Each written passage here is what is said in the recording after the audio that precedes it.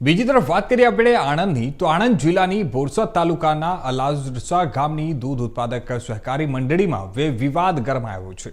ત્યાં તાત્કાલિક ચેરમેન અને ભાજપના એપીએમસી ચેરમેન અશોક મહિડા સહિત 10 સભ્યો સામે મંડળીમાંથી 12 લાખ રૂપિયાનો ઉચાપતનો આક્ષેપ સામે આવ્યો છે અને આ સમગ્ર મામલે બોર્ડ ઓફ નોમિનીઝની કોર્ટે અશોક મહિડા અને અન્ય સભ્યોને નોટિસ ફટકારી આગામી 18મી માર્ચે કોર્ટમાં હાજર રહેવા માટે આદેશ આપ્યો છે।